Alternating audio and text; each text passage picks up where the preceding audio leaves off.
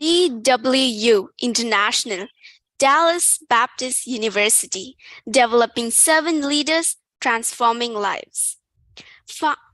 Founded in 1898, Dallas Baptist University is a nationally recognized global university with competitive academic programs.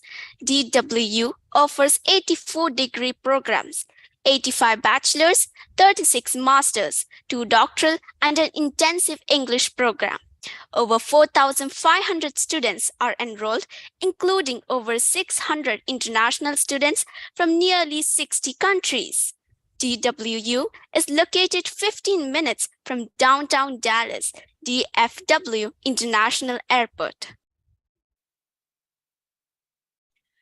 Nationally ranked Tier 1 or 281 university by the US News and World Record in 2019. Ranked 1 for Elementary Teacher Preparation Program by the National Council on Teaching Quality. Recognized as one of the safest campuses in Texas. Named College of Distinction by Colleges of Distinction in Texas. We have a personal teaching environment between professors and students, faculty or student ratio being 13:1. DBU International, Dallas Baptist University. Dr. Sanjay Purushottam. Email purushottam@dbu.edu. www.dbu.edu/international.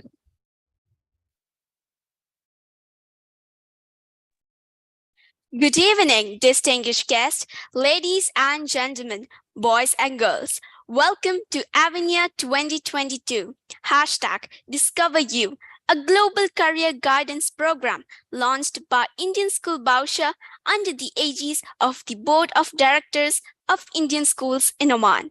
On behalf of Indian School Bausha, I, Aisha of Class 8, and I, Sainaba of Class 8, take the proud privilege of expressing a profound gratitude to His Majesty Sultan Haitham bin Tariq Al Said for the altruistic and noble benevolence showered on the Indian diaspora and the Sultanate of Oman. May the Almighty shower His choicest blessings on His Majesty, and may this nation experience peace and everlasting prosperity. We are happy to welcome all the students, parents, and teachers for being a part of Avenir 2022, #DiscoverU. Thank you one and all for your benign presence here this evening.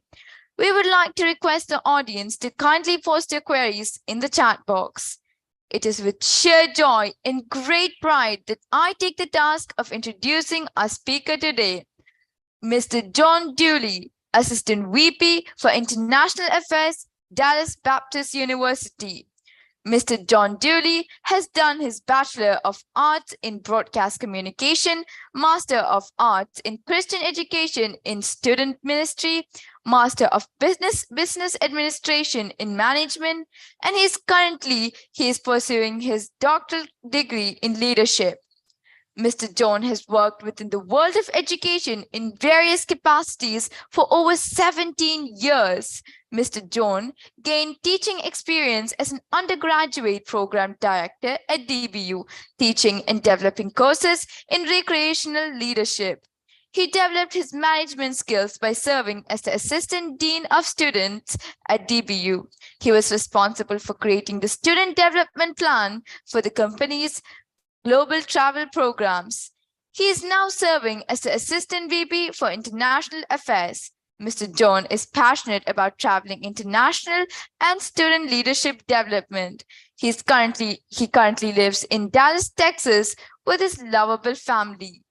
Ladies and gentlemen, boys and girls, please join me in welcoming our speaker today, Mr. John Dooley. The platform is all yours, sir. Thank you so much. I'm so honored to be here with you. Thank you, student leaders. It is such an honor to be with you, and thank you to the directors of the schools of Oman and to the program leaders. I'm excited to share with you today. Let me share my screen here, and then we can begin. Perfect.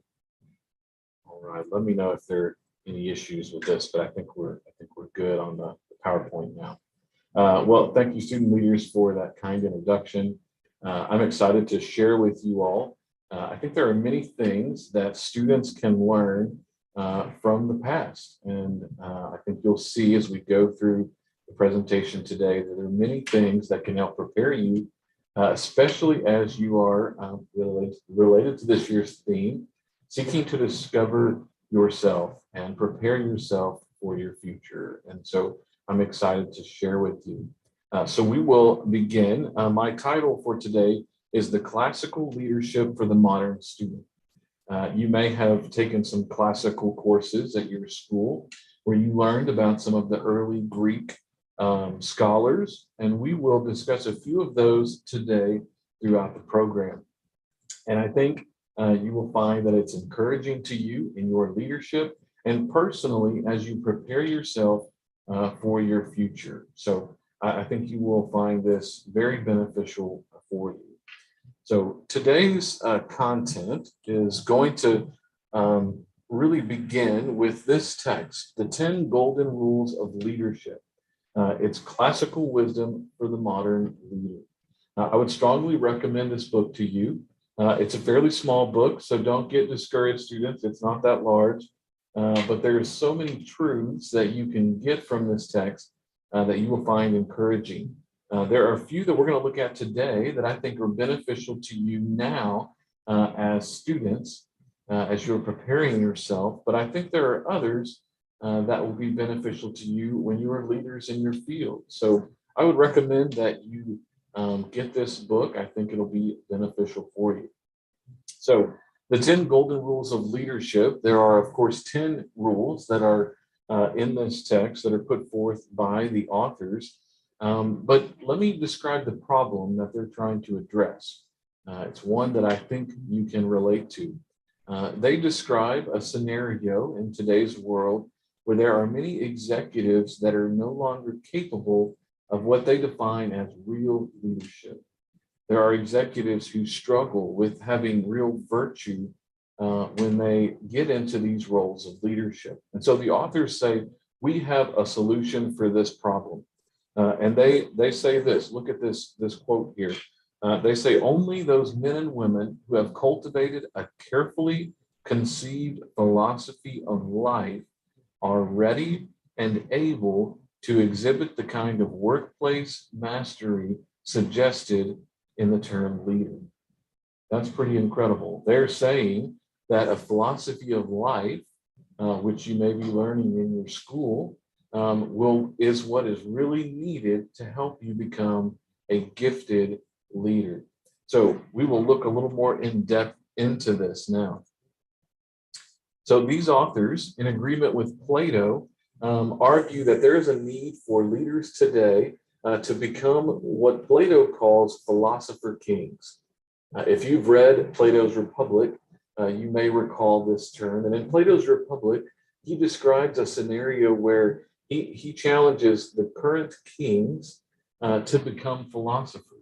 Not just kings, but they need to become philosophers who understand the meaning of life and seek wisdom. And so these authors also suggest that leaders of today need to take on this same attitude. They need to become seekers of wisdom. And look at this quote. They describe the text in this way. Our purpose, therefore, is to elevate and widen perspectives, to foster a spirit of critical self-examination, and to encourage those bold and unconventional attitudes that are uniquely distinguish the proven leaders. So this text together tries to challenge leaders to take on the attitude of a philosopher king, someone who is seeking knowledge and wisdom as they pursue leadership. So for you today, what we are going to look at is 6 of the 10 leadership rules that I think will benefit you students today. I think these are things that you can practice right now in your student leadership opportunities. I think you will find these are very practical. Some may be self-evident to you, but as Plato would probably challenge, they're not always self-evident to everyone. And so we want to take time to reflect on these 6 rules and to see how they apply today. So this is our plan for the next few minutes. I think you will find that these are both beneficial now and in the future. So let's look at our first rule. Know thyself. Thales is credited with saying this. He is a 6th century, one of the 7 sages of ancient Greece, if you're familiar with him. And his saying, know thyself, was so important that it was actually put on Apollo's temple at Delphi. And we will dive a little bit further into this. We're not going to focus too much on the persons who said these quotes, but more about how do we apply these. And so let's look at that now. So Thales said, know thyself. To know thyself, what does that mean? It really means that you understand your inner world. You understand your strengths, your weaknesses, your gifts. You understand really the way you're wired and what you're good at, but you also know your dark side. You're aware of your weaknesses. You're aware of where you struggle. You're aware of where you might need others to help you. And this is really what he's trying to communicate. It's that a wise leader, they know themselves well. They know what's going on inside them. Now, the authors challenge that there are distractions that hurt leaders today. And here's a few that I think students can relate to. There are many distractions that we face in society. Some can be, with family and school. Those would be good things that we value. But there are also things that don't always bring a lot of value to our lives that distract us. Consider these: busyness. Sometimes we can be busy and it's not for good reasons. We can just fill our schedule with things that may not be really benefiting us as leaders. Social media is one I am not a fan of. It is a great time waster, and it is not always beneficial. While there are some benefits connecting the world together and staying up with family and friends, there are many poor aspects of social media that we're beginning to see in today's society. So for me, limiting social media is a must. So I would encourage you with that. Also, fun seeking. Sometimes it is easy for us to just focus on having a good time. And we don't like to take the time to think about what it takes to really develop ourselves. So here's the first leadership principle for you students. A leader must be willing to really know themselves before they can try to lead others. You can do this right now in your school as you seek to lead. Let's look at the next rule. Rule number 2. This is from Aristophanes. He said, do not waste energy on things you cannot change. He was a Greek playwright in the 5th century. And I think these are some wise words for us today. We struggle with many things that we cannot control. We stress about them, we get anxious about them. And here in the United States, we have a strong challenge with students struggling with anxiety and depression and things related to this sometimes. It is worrying about things that we have no control over. And you'll see in the photo here some funny examples that we struggled with from the COVID-19 crisis. There's some things here listed. What I cannot control. I cannot control the rules of social distancing, and I should let that go. What I can control is having a positive attitude. That's a perfect example for us today. So how do we look at this and how do we apply this? What we can be encouraged with here is to get in the practice of distinguishing in our day what we can control and what we cannot control. And we can work to let go of the things that we cannot control. We spend many hours and stress about many things that we have no control over. Students, you can think about this right now in your day.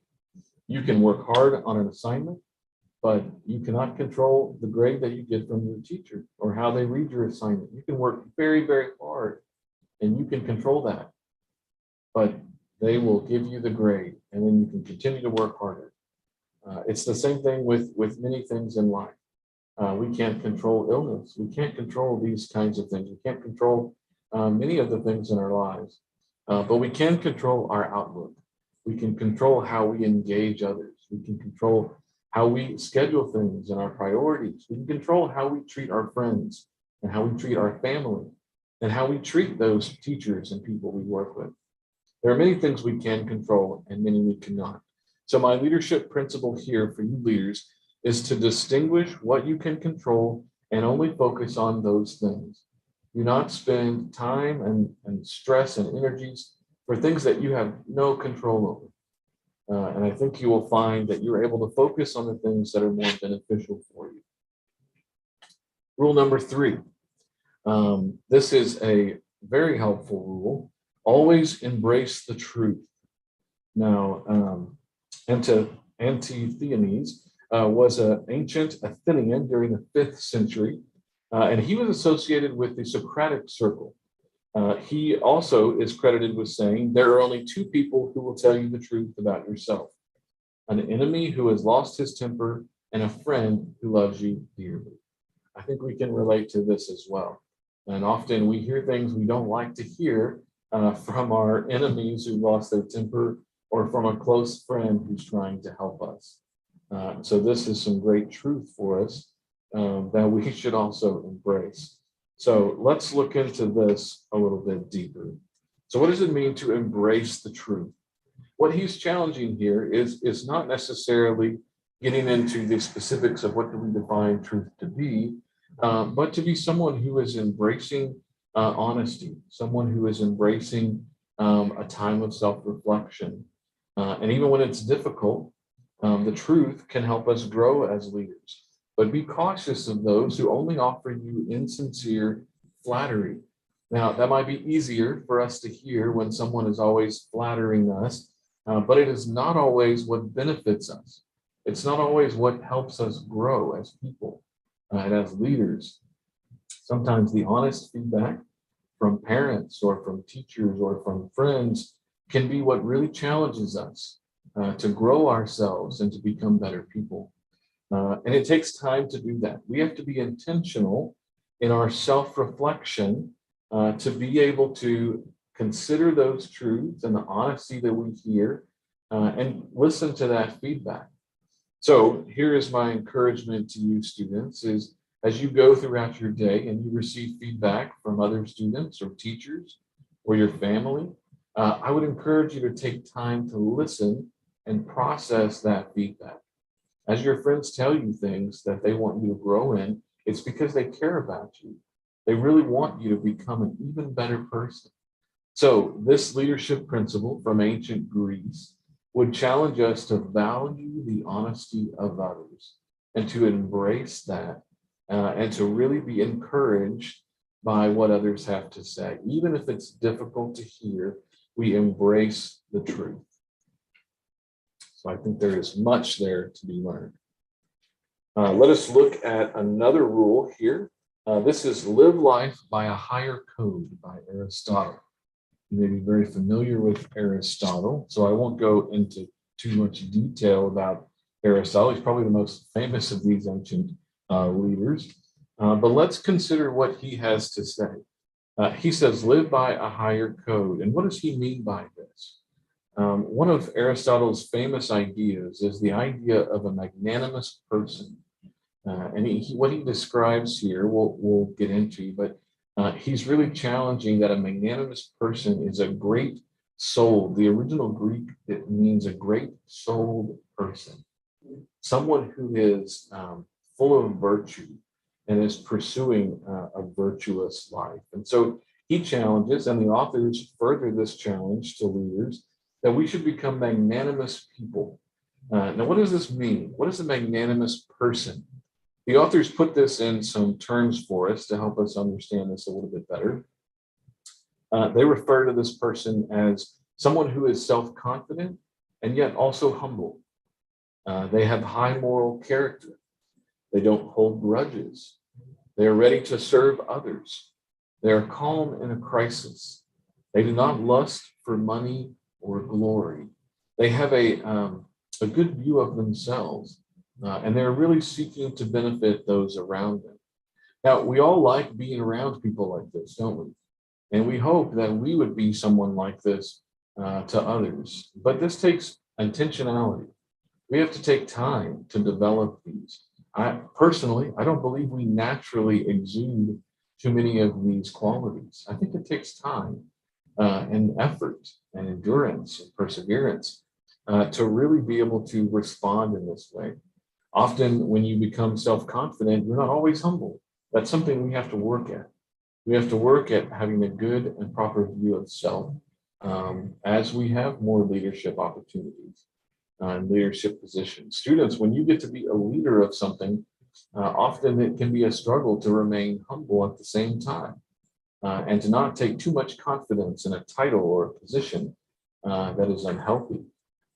And so we see here the leaders challenge us also to not hold grudges, something that can be very difficult to do when someone might offend us or hurt us. But Aristotle says the magnanimous person is willing to look past this and see what could be better for the group. They look past the insults and try to think farther down the road. And they also are people who are ready to serve others. This is somebody we all enjoy and hopefully want to be. People, when they're around us and they're willing to serve us, they're so kind, and we appreciate those people. Also, someone who's calm in crisis. There can be many challenges that we face in life, and sometimes it's hard to be this person. It's hard to be the one who is totally calm when everything is difficult and things are not working out as planned. But Aristotle would say this is a great souled person. This is the magnanimous leader that we all want to follow. Somebody that is calm in crisis and that looks for solutions and is kind to others. This is the kind of person that you want to be, students. And this takes work. It starts right now. Don't think that in the future, when you become a college student or a professional in your field, then I will work on being a magnanimous person. I would challenge that now you are becoming the person that you will be then. Now you are developing these qualities that will take you through the rest of your life. So I would encourage you now to consider, how can I be a magnanimous person? How can I be one who is self-confident yet humble? How can I serve those around me? How can I be the person who looks past the grudges and the insults from others and seeks good still? How can I be someone that seeks to be a professional, but I don't lust after money or glory? These are difficult things. And you can ask teachers and parents around you. These are not easy things. These take a lifetime of working on. And I think that's why this is an important truth for us. And so here's the leadership principle for you students. A leader must pursue and value high moral character. All right. Rule number 5. Always evaluate information with a critical eye. Now, this is from a group called the Skeptics. Now, in ancient Greece, it was a well-known trait or high quality and something very valued that it would be normal to discuss ideas, to have honest discussions when ideas are brought forward, to have maybe disagreements and to question and to really work on ideas.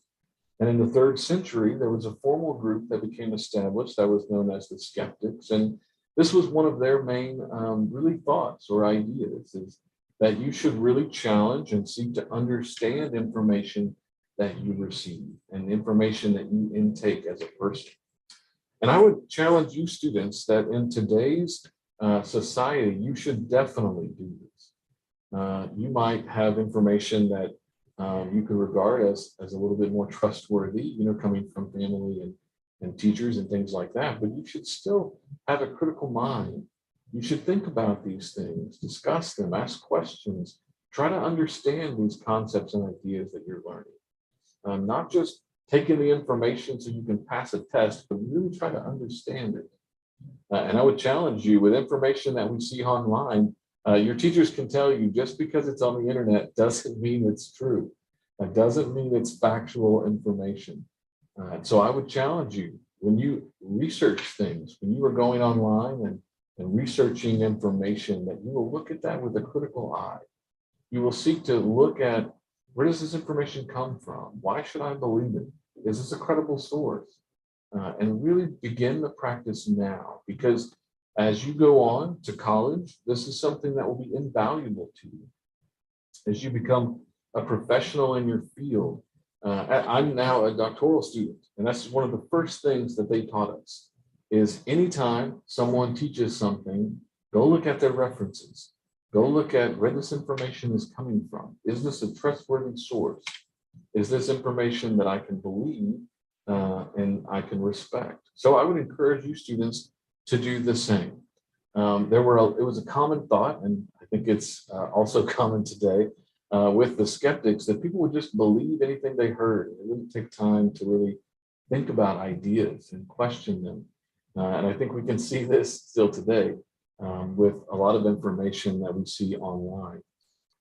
So modern student leaders, here is a thought for you. Be careful to evaluate information you encounter and think critically when you're making decisions. This was another aspect of the skeptics, is they didn't like in their society how people would just make decisions without thinking about them first. They would just jump to some conclusions. And I would encourage you, and I'm sure your parents would as well, to take time to think through the decisions that you make. Perhaps discuss it with somebody that you respect. Ask for wisdom on things. Don't just make quick decisions and have no reason for that decision. Ask your teachers, ask professors around you, ask other leaders that you respect. Try to learn about things before you make those decisions. So, leadership principle here. A leader must develop the practice of thinking critically. Now, our final rule here before we wrap up is from Sophocles. And this says, never underestimate the power of personal integrity. Sophocles was a 5th century playwright who wrote many complex Greek tragedies. And one particular tragedy where this idea is coming from, there is a character that is familiar to you probably. Odysseus was one of the characters. And there was another young man who was a character along with Odysseus.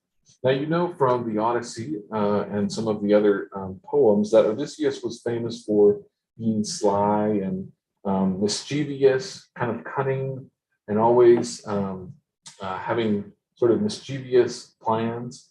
And so in this drama, Sophocles actually doesn't make Odysseus the hero. He makes the other person the hero because when Odysseus suggests a solution or a plan that's a little bit dishonest, maybe we might say, the new hero says, I would prefer even to fail with honor than to win by cheating. And so he sets himself apart in this play because he doesn't make Odysseus's mischievous or cunning to be the virtue to be admired. Instead, he places the emphasis on the person with honor. Now, this is the principle that we want to look at. So never underestimate the power of personal integrity. Now, what they encourage here, the authors challenge that for moral leaders, the ends do not justify the means. How you accomplish something matters. It matters the way you treat people along the journey. It matters how you engage with others. And so the authors challenge that with high integrity, it will be both effective and rewarding in the long run. So students, personal integrity would be avoiding dishonesty and unethical behaviors and valuing respect, truth, and integrity. Right now, sometimes these other options, dishonesty or unethical behaviors, can be the easy way. It can be the way that it seems simple or provides a simple way out of a problem or a challenge. But I would encourage you that the difficulty makes us stronger. Choosing to have personal integrity and to consider the way in which we do things matters. And I would challenge you that in the long run, as you become a business leader or a professional in some area, or even in your college work, working diligently matters. Trying to take the easy way will always fail in the end. I would encourage you, it may not be at first, but at some point, even if it's a loss of your own integrity, it will be a challenge and unbeneficial for you. So here's my final leadership principle for you as we close. Leaders should greatly protect and value their own personal integrity. And I will tell you, students, as you are beginning to develop practices for your future, you are building habits and you will take with you into the rest of your life. And, I'm sure your parents and teachers would echo this as well. We want you to be incredible leaders of character, leaders that are recognized in their fields, leaders that go on to create an impact and make this world a better place. Now, I hope these rules will challenge you with leadership principles that can help you in that journey. It's not an easy journey. It's not something that is very simple and you just find success without any work. Things are difficult, but I would challenge you that even if you don't end up making a lot of money in your life, doing something with integrity will help you end your life feeling like it was beneficial and allowing you to help other people along the journey. You'll be a person of wisdom and a person of integrity. And I would encourage you that these things, joining with Plato, are the things that should be most pursued and sought after. So I hope these are encouraging for you. And I would love to take some time to help answer any questions that you might have. Here's my information. If you would like that, I'd be happy to share this PowerPoint with you so that we could, so that you can and have this information and hopefully grab this text and read it for some information for your future. So thank you. And I think we'll now take some time for some questions.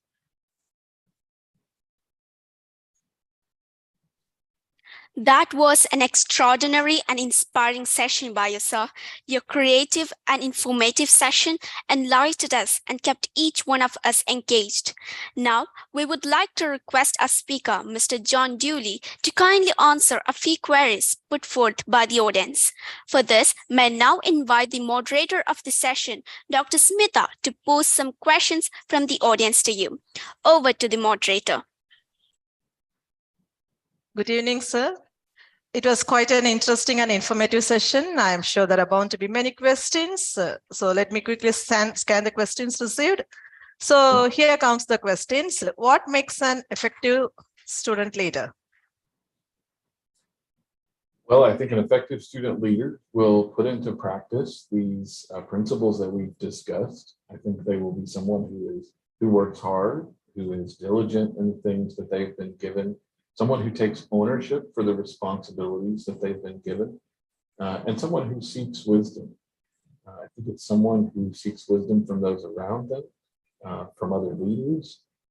And somebody who is not just seeking after their own glory, you might say, their own recognition, but really wants to care for those that are around them as well.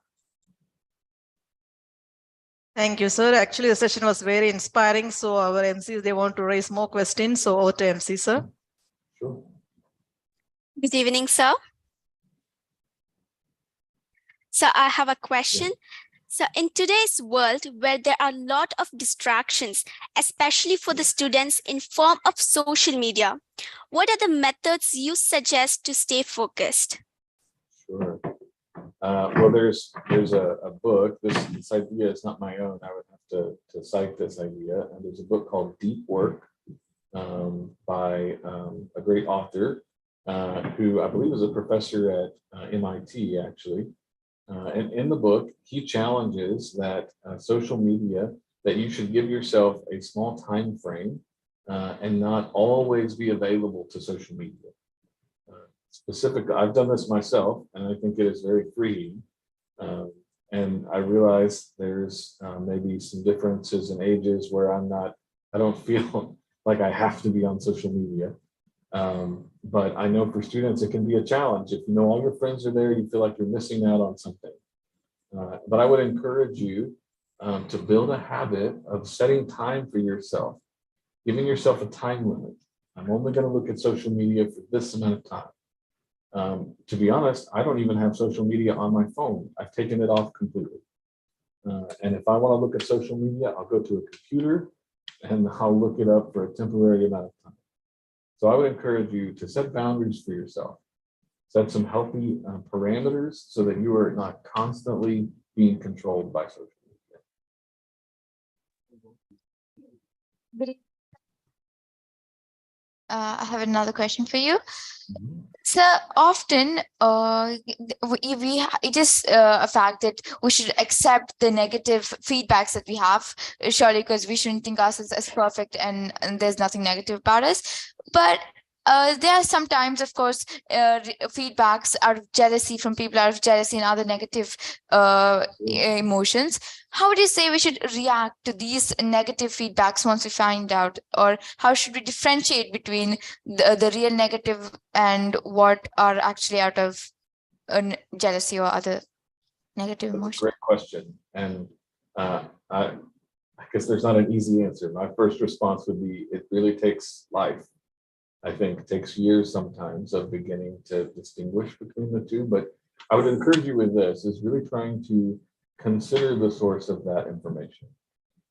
If it's an individual that knows you very well, they're probably helping maybe you see some weaknesses and see some things that maybe you could work on. So the first thing I would say is take time to actually reflect on it.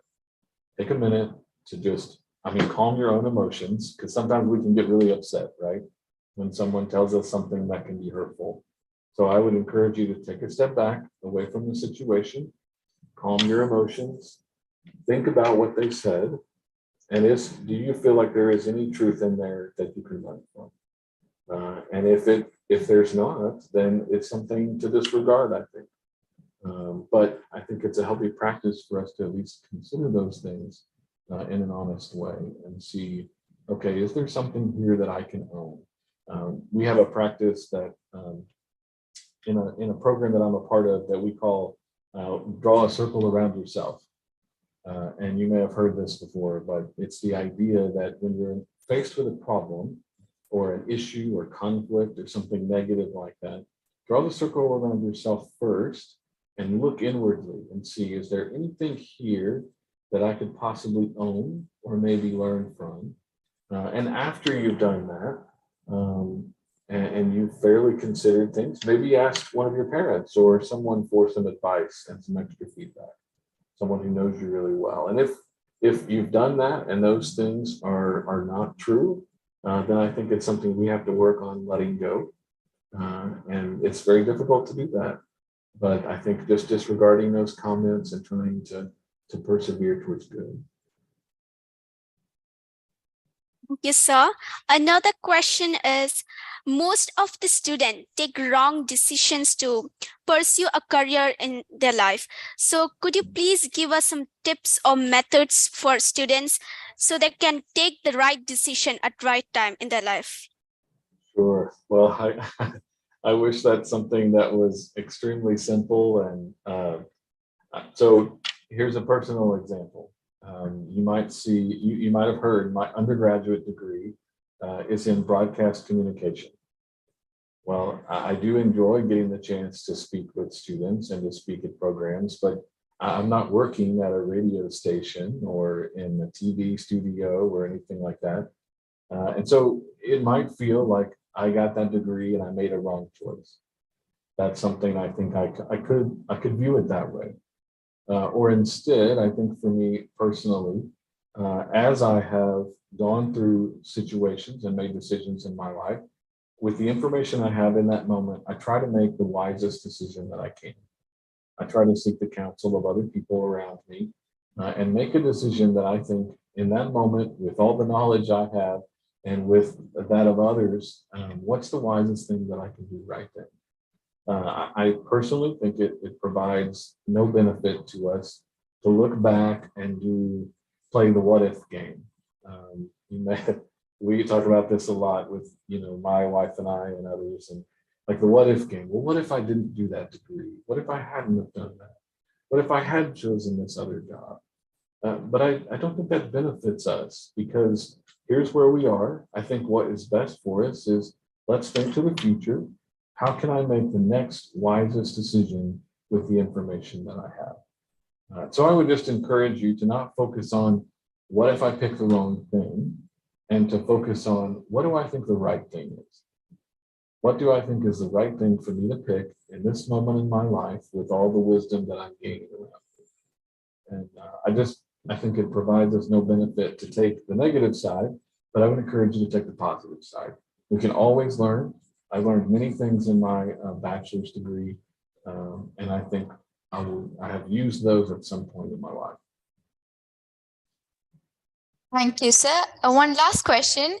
Sure. So the lust for money or glory is of course wrong, but these are some of the factors that help in development. And this is, for some people, they are the motivation that helps them to do something, a work. So how would you suggest is to make this need for money or glory in a positive way that rather than a negative way, how it will impact the society? Sure, a great question. And I think the key word is lust. A lust for money and a lust for glory if you look at history, they have never been healthy things. They have always been things that bring challenge, they bring destruction, they bring difficulty to people, and usually I think if you look at a lot of different things in history, it's brought a lot of destruction to people. So my encouragement for you is to have a healthy view of those things. Don't allow it to be something that takes control of your life, to where that's all you focus on, like that's all you want in life. Because I think you can look at the early philosophers and do this too. If you look at Plato, the things he's challenging in the Republic, a pursuit of character, a pursuit of joy in life, he challenges that those are the greatest rewards at the end of your life. And so this is what I would challenge you with too, is you might make a lot of money and you might find, some glory in a career. But at the end of your life, what is it that you want to be known for? What will make you feel like your life was fulfilling? Is it that you have a big house and a lot of money? Or is it the deep relationships with people that you've developed over the years? Is it the benefits that you feel like you have added to your industry? You have helped in some way. I think I would encourage you that the people that find the most joy in life, who might be successful and well-known, would say that those are the things that mattered the most to them. I had a mentor who I spoke with at one point, who was a president of a university. And he told me, John, don't work for the organization, work for people. Don't work to make a name for yourself and to get a title. And at the end of your life, you'll feel like it was a waste of your time. But if you work for people, you work to help people and to care for people, to develop people, so then it'll feel rewarding. So I would encourage you just to hold success basically in an appropriate way. Okay, so thank you, sir. And over to the moderator to conclude the Q&A segment. Thank you very much, sir, for the insight and input. We got to know a plethora of ideas and tips regarding this leadership, and students are really enjoying this session. We have many queries, and yes, our students can access the mobile app, and the questions will be directly addressed. The link to the feedback form has been shared in the chat box. Every attendee who submits the feedback form will receive a digital certificate over to MC. Thank you, sir, for all your support and guidance given to the large audience by attending to the concerns so patiently during the course of the discussion. Thank you so much. It's an honor to be here with you. So it's an honor to have you here as well. You should definitely come to DBU. You will thoroughly enjoy your experience here. I've been able to learn so much about the American culture and so much about international cultures as well. And DBU is the one place that you can do both. You can really just learn about the whole world. And that's been amazing to me. When we are here, we are so far from family, but we are never without family, because there's a new people that God put in our lives just to care about us. Every day, DBU graduates live out their God-given callings and lifelong dreams across the world. From the moment a student sets foot on campus, our faculty and staff equip students with the right skills and knowledge needed to be successful in business and in life. Find your path, pursue your calling, start your journey today at Dallas Baptist University.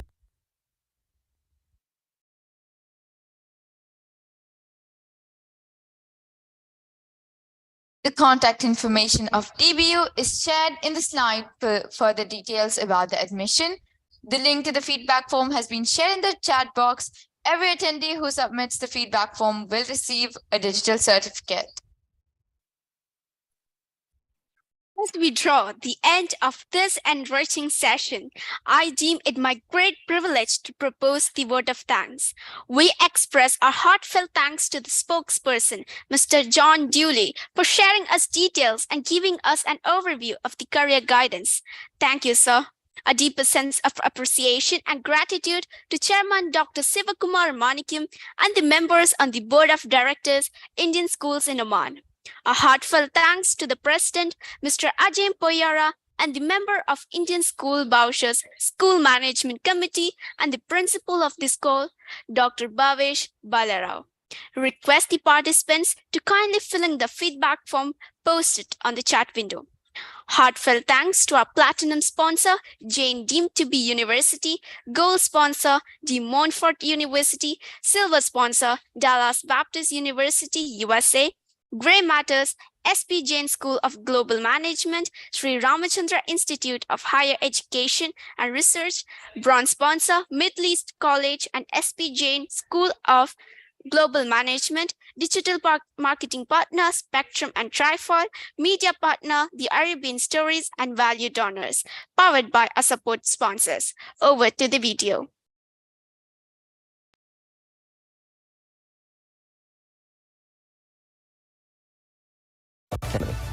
Because there's a new people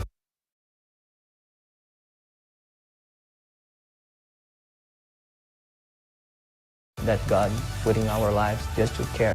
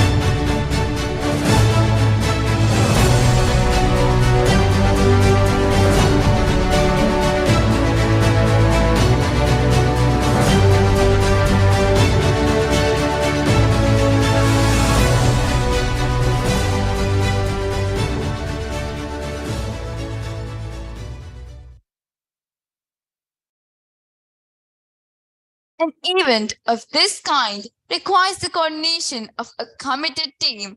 Thank you to the ISB team for making Avenir 2022 possible. Thank you to each of the teachers, students, and parents for being a part of this session. Today is your opportunity to build the tomorrow you want. With these uplifting words, I, Aisha, And I, Sainaba, wish you all a glorious day ahead. Gentle reminder to fill in the feedback form. Every attendee who submits the feedback form will receive a digital certificate. Hope to see you soon. Stay tuned stay and tuned, stay safe. safe.